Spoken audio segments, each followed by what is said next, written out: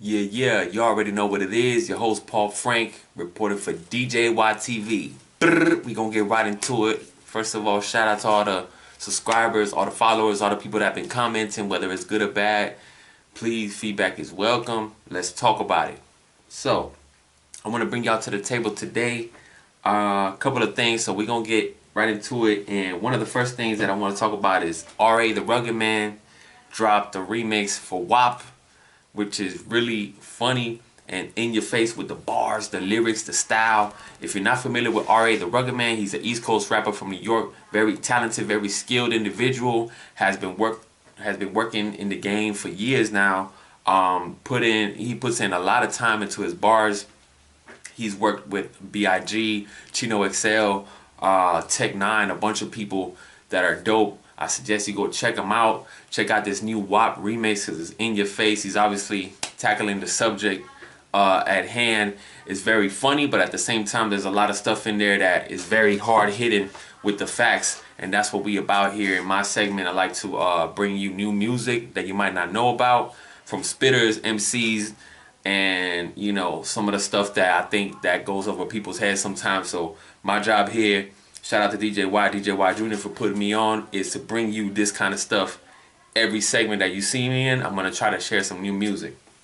So go check out that R.A. the Rugged Man, the WAP remix.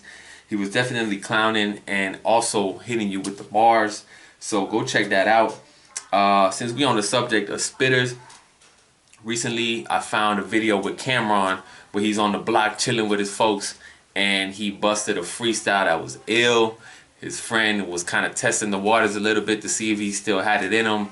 It kind of pushed him, you know, to do it on in front of the camera. So Cameron steps in, killer, you know what I'm saying, with the bars, and just had the people, you know what I'm saying, that was around him feeling that vibe. So shout out to Cameron, shout out to the whole Dipset, because you could definitely see the man has not skipped a beat, still got the ill skills with that. So in fact, it's gotten even way better. So I suggest you go check out that video, because it's definitely dope to see him in action, and you can hear that freestyle, which is dope. So moving on, I wanted to touch up on the subject of Keyshia Cole going on the Fat Joe show live, where they discussed several topics. And one of the things that they discussed that was interesting was that Keyshia Cole actually was really good friends with Tupac growing up. She basically put it out into the world, something that Fat Joe didn't know. Me, myself, obviously didn't know. A lot of people didn't know. But basically, Keyshia Cole was really good friends with Tupac. And Tupac used to bring her around, you know, some of the sessions, and they was hanging out, as well as MC Hammer was bringing her around to the sessions at Death Row, and wanted her to be, you know what I'm saying, involved with the industry, with the music, since she's always been talented since an early age, obviously with the singing. And you know, one of the things that she talked about was how Pac actually told her some plans of him leaving Death Row and bringing her over to Quincy Jones, because Tupac was thinking about leaving Death Row and going to sign with Quincy Jones, which is the huge record business mogul. Tech Nine was also signed to Quincy Jones at an early age in the stage before he ended up building his own independent grind. So a lot of people have gone through Quincy Jones in order to get to where they're at. But I thought it was very interesting because obviously there's the whole conspiracy behind Tupac getting killed. And this was one of the things that everybody talks about that might have been an issue as to why he ended up getting murdered. Rest in peace, Tupac.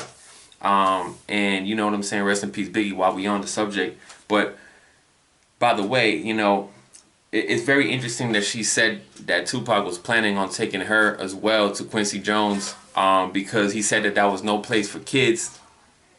And, you know, we've all heard the stories of Death Row and how tough it was for the artists that were, you know what I'm saying, like at the time, recording in those studios.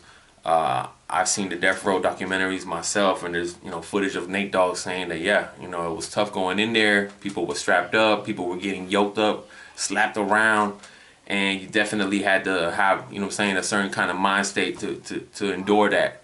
So shout out to all the Death Row artists. Shout out to Crooked I, man. You know what I'm saying, one of my favorites.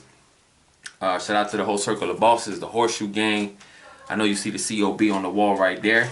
But one of the things that Keyshia Cole mentioned was all the artists that she used to listen to, you know what I'm saying, from the Bay Area. And they mentioned MC Hammer, Mac Dre, Tupac, obviously E40, 3 Times Crazy, which a lot of people don't know about. Dope artists coming from that era and that area of the Bay. And, you know, Fat Joe also brought up the fact of her possibly doing the versus battle against Ashanti, which also has a dope catalog. However, Keyshia Cole said that she didn't have a lot of features as much as Ashanti, but that's definitely the homegirl. She would definitely like to go on the versus battle with her. And that'll be actually a good thing to see for all the R&B fans out there, just to get the ball rolling again and shed some light, since everybody's doing the versus battles now.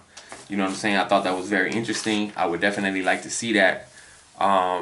As well as we've seen some of the other versus battles that have taken place, which have been legendary already just because of the state of the whole planet with the pandemic of the coronavirus. I know a lot of things were, you know, have been messed up. Obviously, canceled shows, canceled tours, all kind of concerts being put on hold.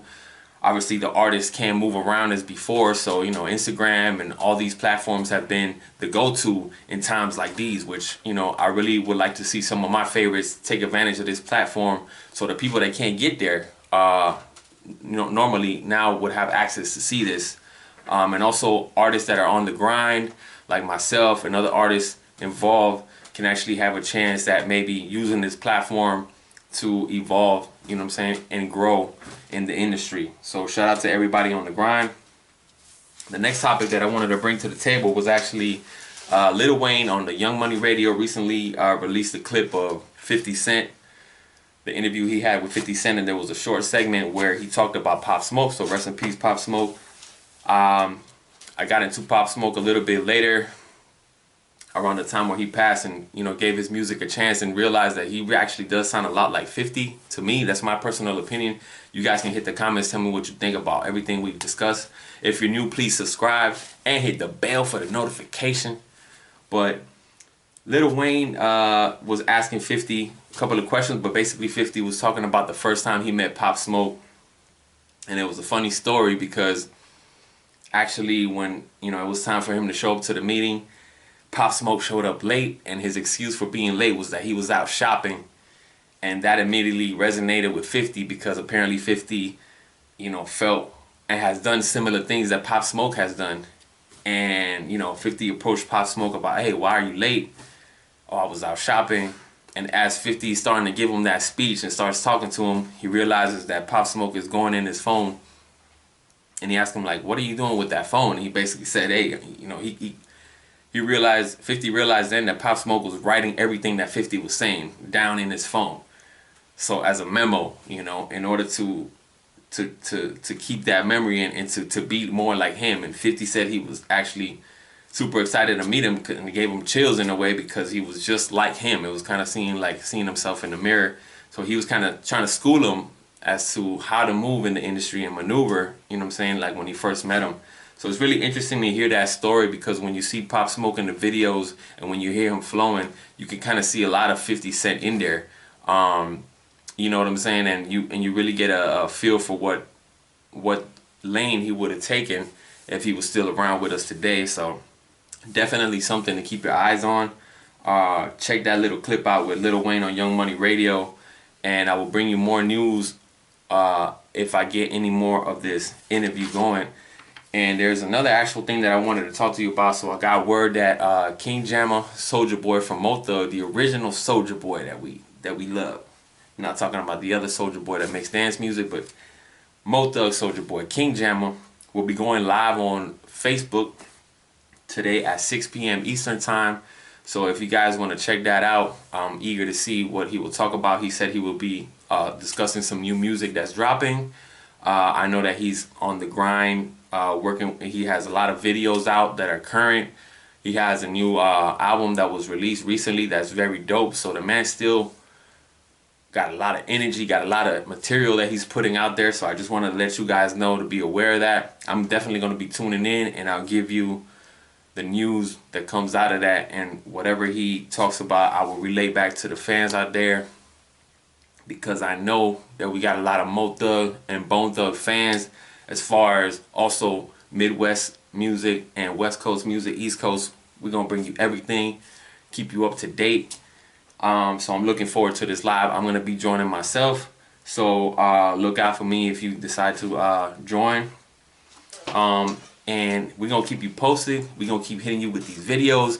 You guys, let me see you in the comments. Let me know what you're thinking. Subscribe to the channel. Hit the bell for the notifications. I'm your host, Paul Frank, reporting for DJY TV. I'll catch you on the next one. Salute.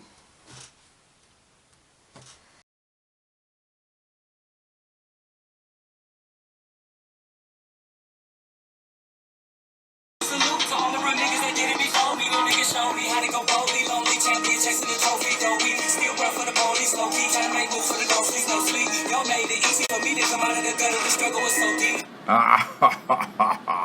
Hit the subscribe for DJY TV, the #1 source for Bone Thug news.